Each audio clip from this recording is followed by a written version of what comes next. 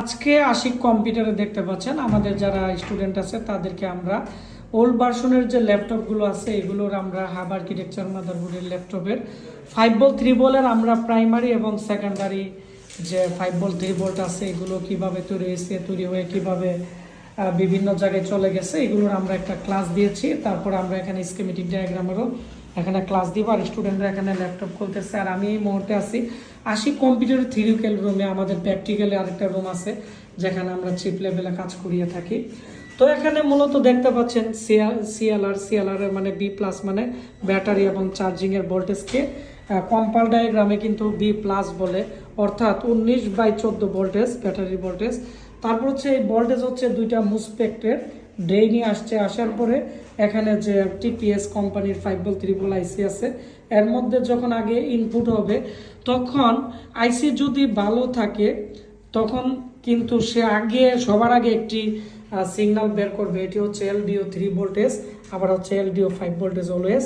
তারপরে এই 5 ভোল্ট সরাসরি এসআইওতে যাবে রেজিস্টার হয়ে, তখন এসআইও ইসি অন একটি সিগন্যাল সাথে সাথে আইও চিপ যদি ভালো থাকে তখন একটা ইসি অন সিগন্যাল মানে 5 ভোল্ট 3 ভোল্ট আইসিকে এখানে এনেবল সিগন্যাল দিবে। দেওয়ার পরে সে তার দুই পাশে যে মুসপেক্ট আছে এইগুলোকে হাই লো করবে। মানে আমি ডিওসু দিয়ে দেখিয়ে দিব যে মুসপেক্ট কিভাবে হাই লো হয়।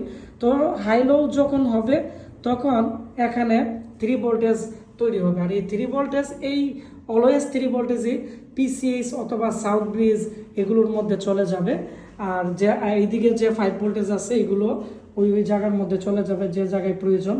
তারপরে স্কেমেটিক ডায়াগ্রাম দিয়ে এই ভোল্টেজের নাম লিখে ফাইন্ডে গিয়ে সার্চ করলে কিন্তু প্রত্যেকটা আইসির লোকেশন দেখতে পারবেন যে কোন জায়গায় চলে যাচ্ছে। তারপর হচ্ছে এখানে 5 ভোল্টের বা 3 ভোল্টের যে কোয়েল আছে, কোয়েল থেকে আবার মুসপেক্টের ড্রেনে যাবে একটা।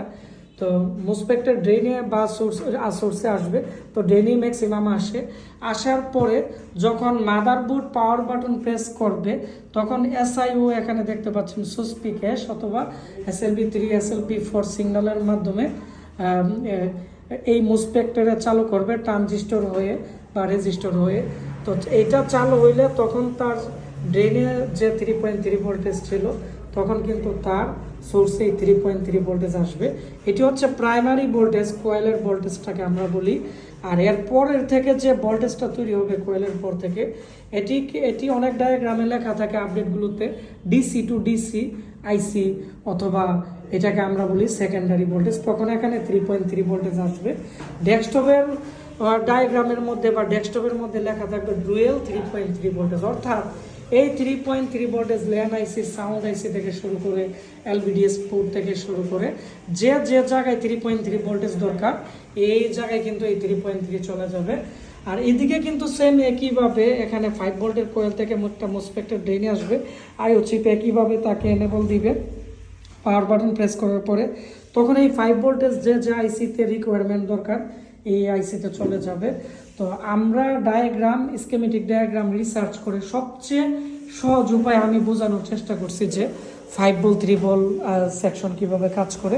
তারপরে আমাদের এখানে যারা ট্রেনিং করে তাদেরকে আমরা স্কেমেটিক ডায়াগ্রাম দিয়ে একবারে এখানে যদি কোনো পুল ডাউন রেজিস্টর থাকে বা কোনো ভোল্টেজ ডিভাইডার থাকে এগুলো কিন্তু আমরা A to Z আমরা বুঝিয়ে থাকি। আর আমাদের এই বেজে আছে 11 জন স্টুডেন্ট, সবাই এখন ক্লাসের পরে ফ্রেশ হচ্ছে।